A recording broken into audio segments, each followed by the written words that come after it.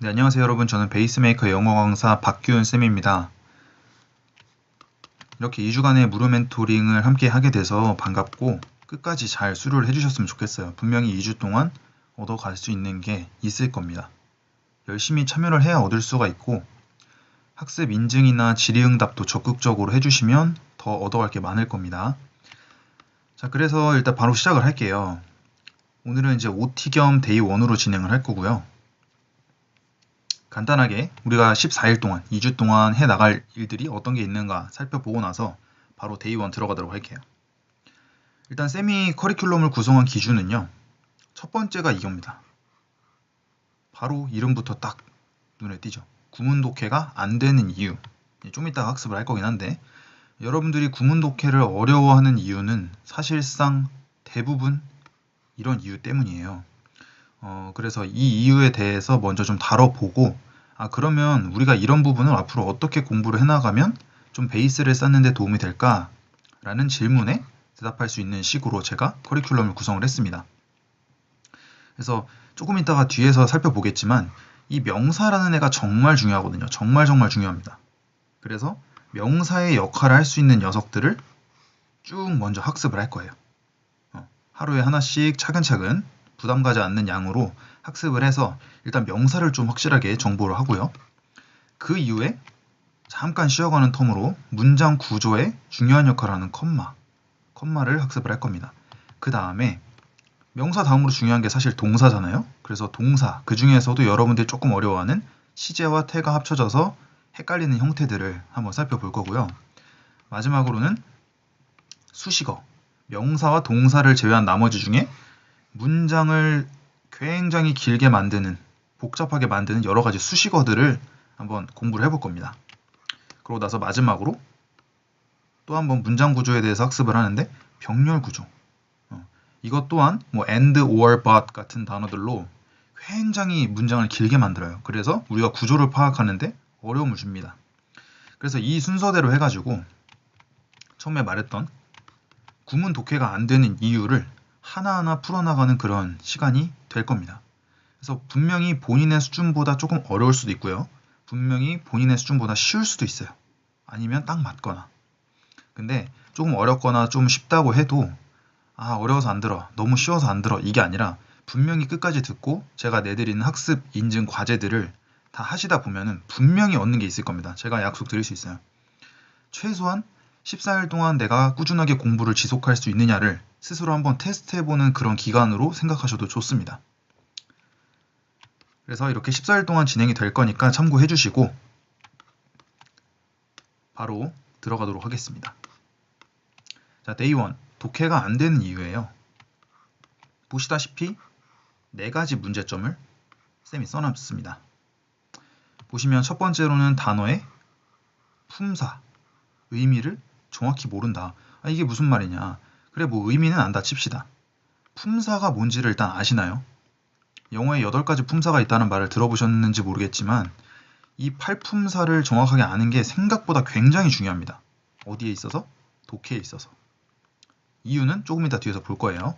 자, 그 다음에 덩어리 표현을 잘 모른다라고 되어 있는데 덩어리 표현이라고 얘기하면 뭐냐면은 2단어 이상이 되는 여러 가지 표현들 있죠. 우리가 뭐 수거라고 부르는 애들이나 뭐 관용 표현이라고 부르는 그런 여러 가지들, 덩어리 표현들. 이걸 잘 모르면 독해가 안 된다. 이유가 왜 그런지는 이제 뒤에서 한번 예문으로 살펴볼 거고. 그 다음에 문법 기본 개념이 부족하던데. 아니 쌤, 독해하는데 문법 기본 개념까지 다 알아야 돼요? 정확하게 하려면 알아야 됩니다. 모든 걸 다 알라는 게 아니에요. 정말 중요한 기본 개념들이 있습니다. 꼭 알아야 되는, 독해에 있어서 꼭 알아야 되는 것들이 있어요. 그래서 그 부분도 한번 또 제가 언급을 드릴 겁니다. 그 다음 마지막, 제일 자극적인 문장이죠. 수능 영어 문장은 원래 더럽다. 이게 무슨 말이냐면 예전에 막 1990년대 그리고 막 2000년대 초까지만 해도요. 수능 영어 기출문제를 여러분이 찾아보시면 굉장히 쉽고 굉장히 짧아요.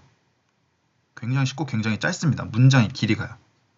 그래서 지금 우리가 흔히 노베이스라고 하는 막 4, 5등급 이하의 학생들도 정말 쉽게 풀 수 있을 정도로 쉬워요. 근데 지금은 왜 이렇게 어렵냐? 간단합니다. 여러분들이 점점 더 영어를 잘하기 때문에 그래요. 이제 쉽게 내면 다 100점을 맞아버려. 아니면 다 1등급을 받아버려. 아니면 절반 이상이 막 3등급 안으로 다 들어가 버려. 이런 사태가 벌어지면 평가를 해야 하는 평가원 입장에서는 평가가 불가능하겠죠. 대학 입학에 있어서도 그렇고. 그래서 점점 영어의 난이도가 올라가고 있는 거고, 굳이 이렇게 쓸 필요도 없을 것 같은 문장들을 일부러 쓸데없이 더 복잡하게 만들어서 문장을 냅니다. 여러분들이 독해하지 못하게 하려고요. 그래서 독해가 안 되는 거예요, 사실. 여러분들이 막 영어를 너무 못해서 독해를 못하는 게 아니라 수능 영어 문장이 원래 더럽다고요. 원래 복잡하게 만들어 놨습니다. 그래서 어떤 식으로 좀 복잡하게 만드느냐에 관련된 것도 뒤에서 살짝 살펴볼 거예요. 그래서 이렇게 4가지를 살펴보고 마지막으로 그래서 우리가 앞으로 해나갈 수능 영어 독해 공부는 어떻게 해야 되는가에 대한 이 솔루션, 해결법이죠. 해결책을 제가 한번 제시를 해드릴게요. 자, 그러면 첫 번째부터 살펴보도록 하겠습니다. 자, 단어의 품사, 의미를 정확히 모른다. 품사와 의미를 정확히 모른다. 자, 이게 무슨 말이냐. 쌤이 지금 여기 빨간색으로 표시해 놓은 단어들 있죠.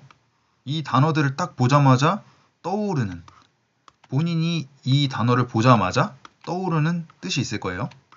그 뜻을 여기에 적용했을 때 자연스럽게 한번 해석이 된다고 하면 여러분들은 실력이 상당히 있는 겁니다.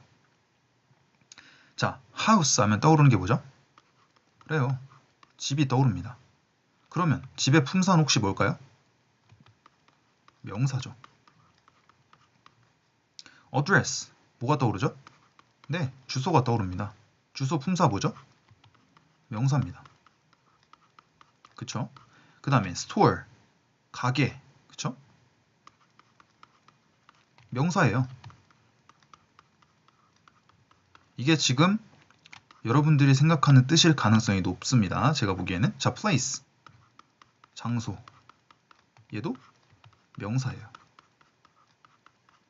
그 다음에 finance, 이 단어는 모르는 학생들도 좀 있을 텐데 finance는 뭐 재정, 뭐 금융 이런 뜻이 있죠. 그럼 얘도 품사가 뭐예요? 명사죠. 그 다음에 cover, cover가 뭐야? 뭔가를 덮다라는 뜻이잖아. 이거 덮다라는 뜻은 알고 있을 거라고 생각을 하는데 그러면 얘는 동사. 오케이. 여기까지 이렇게 생각을 했습니다. 그러면 이 각각의 문장들이 해석이 되느냐? 해석이 되느냐? 이 뜻으로 해석을 해보세요. 되나? 지금 잠깐 강의를 멈추고 한번 해석을 해보십시오. 이 뜻으로 해석을 했을 때 내가 해석이 자연스럽게 되는가? 자, 아마 안 될 거예요. 그 이유가 뭐냐면요.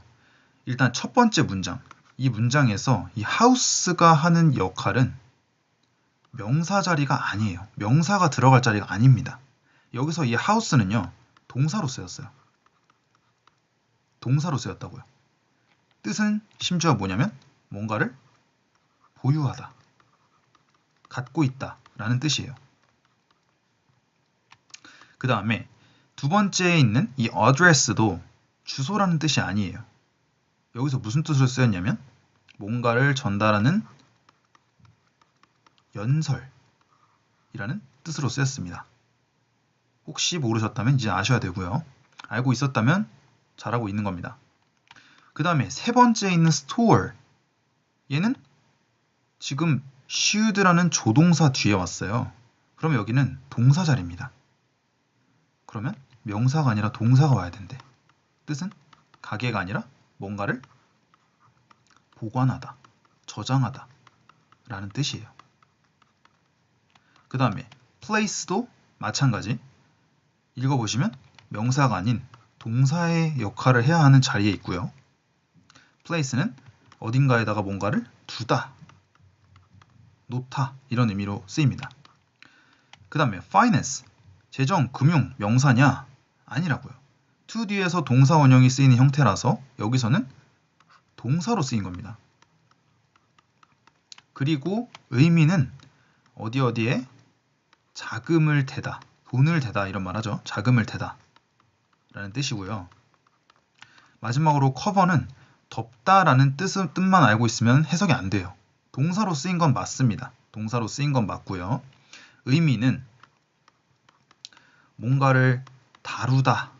그래서 was covered in in the Edinburgh Times. 이 에딘버그 타임스라는 뭐 잡지든 뭐든 뭐 뉴스든 거기에서 다뤄졌다. 쉽게 얘기하면 뭐가 된 거죠? 보도됐다. 이런 의미가 있다고요. 알고 있었다면 정말 좋고 잘하고 있는 거고요. 혹시 몰랐다면 아셔야 됩니다. 지금 보시면 분명히 이 단어들을 봤을 때 나는 이 단어를 알아라고 생각했을 거예요. 나는 이 단어를 안다고 생각했을 거라고. 근데 실제로는 내가 아는 뜻으로는 활용을 못합니다. 이게 기초가 부족한 학생들이 독해가 안 되는 이유 중에 정말 많은 부분을 차지합니다.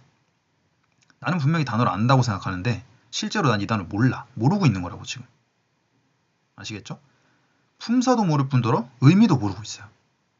솔직히 품사 조금 모른다고 해도 어떤 의미인지 내가 감으로라도 때려 맞출 수 있다라고 하면은 괜찮아요. 그러면 감 독해라도 할 수는 있어. 근데 이 의미 자체를 모르고 있잖아. 그러니까 독해가 안 되는 겁니다. 그리고 이 품사를 쌤이 처음에 굉장히 중요하다고 얘기를 했었는데 그 이유가 뭐냐면 영어라는 이 언어의 문법은요. 어떤 역할, 그러니까 문장에서 예를 들어서 얘가 서술어, 뭔가를 서술하는 역할이다 라고 하면 거기에 들어갈 수 있는 품사는 동사, 딱 정해져 있고요. 주어라는 애는 품사가 명사로 딱 정해져 있고요. 정해져 있단 말이에요. 그러면 이 문장 구성 성분과 그 자리에 올 수 있는 품사를 명확히 알고 있으면 내가 이 단어를 지금 알고 있는 품사가 아니더라도 그 품사에 맞게 유연하게 사고를 해가지고 해석을 하는 그런 과정이 필요하다는 겁니다. 근데 그게 지금은 아예 안 되고 있지 않을까 싶습니다. 자, 두 번째로는요. 덩어리 표현을 잘 모른다인데 덩어리 표현이라고 하면 이제 2개 이상의 단어를 얘기한다 했죠. 자, 첫 번째 볼게요. carry out. carry는 뭔가를 나르다 이런 의미고 out은 밖으로잖아. 혹은 밖으로 이런 뜻인데 여기서 repair라는 건 수비잖아. 수비랜다. 수리. 그쵸? 수리를 밖으로 나른다고? 이런 말은 없죠. 그쵸? 그 다음에 assist. 그래, 돕다. with는 함께잖아. 그러면 우리를 돕는다. 필요로 되는 어떤 도움이 필요한 사람들을 돕는 것과 함께 이렇게 해석이 되는 거란 말이야. 이상하죠, 말이? 그 다음에 separate는 뭔가를 분리하다야.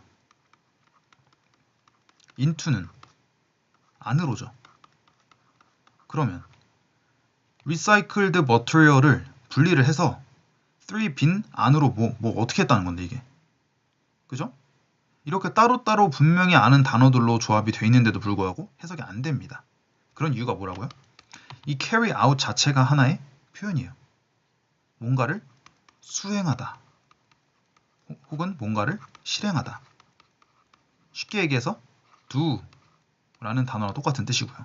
그 다음에 assist가 with랑 같이 쓰였을 때는 뒤에가 assist A with B 형태로 쓰이고 A가 B 하는 것을 돕다.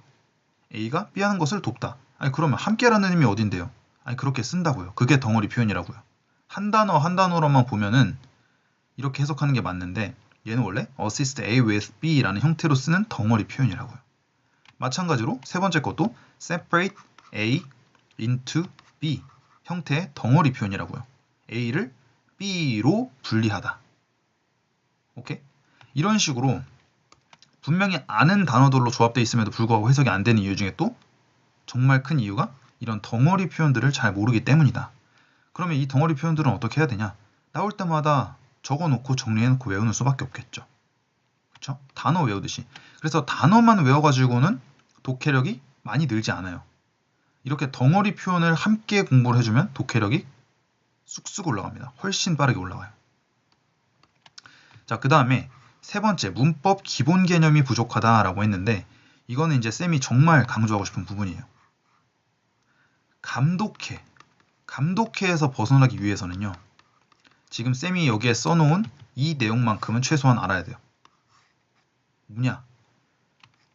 일단 문장이라는 그 하나의 센텐스 안에 여러 가지 단어들이 하는 역할이 있겠죠? 그 역할들을 부르는 이름이 이 왼쪽에 써 있는 애들입니다. 주어, 서술어, 목적어, 보어, 수식어. 얘네들을 흔히 문장 구성 성분이라고 불러요. 문장 구성 성분. 그럼 오른쪽에 있는 애들 뭐라 그러냐? 얘네들이 바로 품사예요, 품사.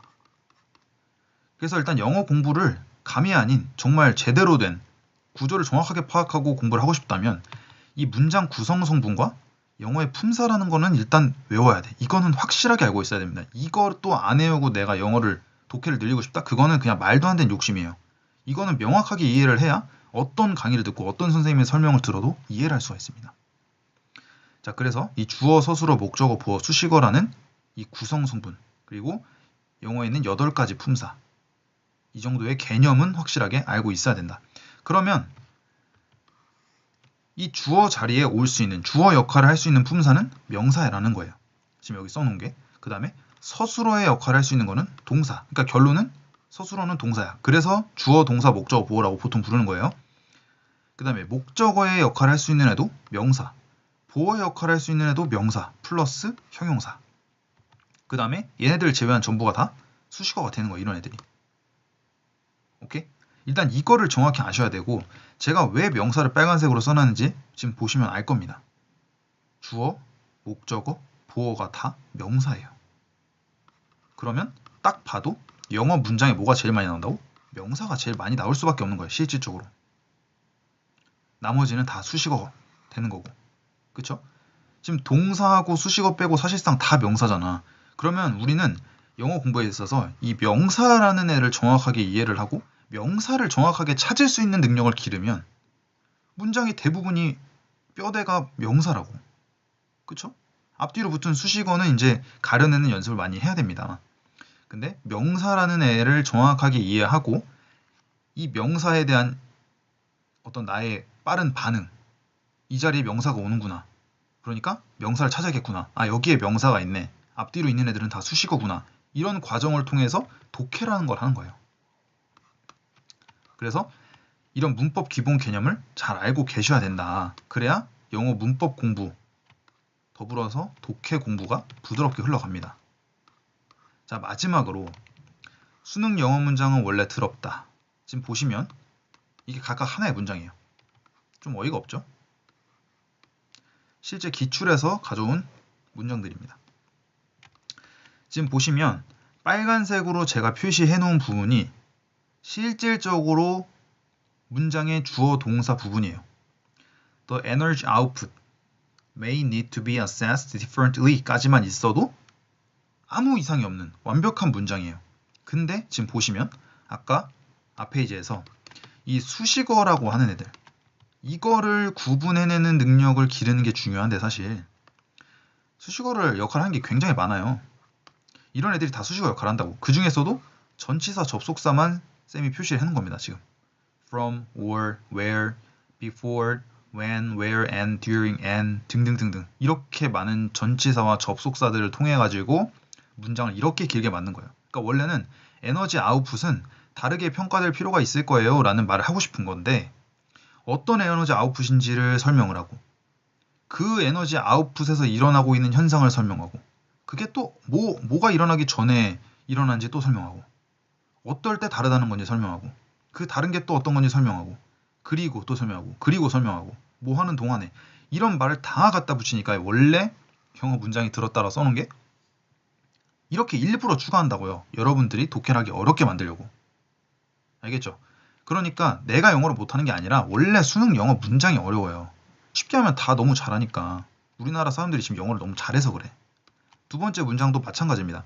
It would be foolish to assume that the music of India represents an earlier stage까지만 하면 사실은 완벽한 문장이에요.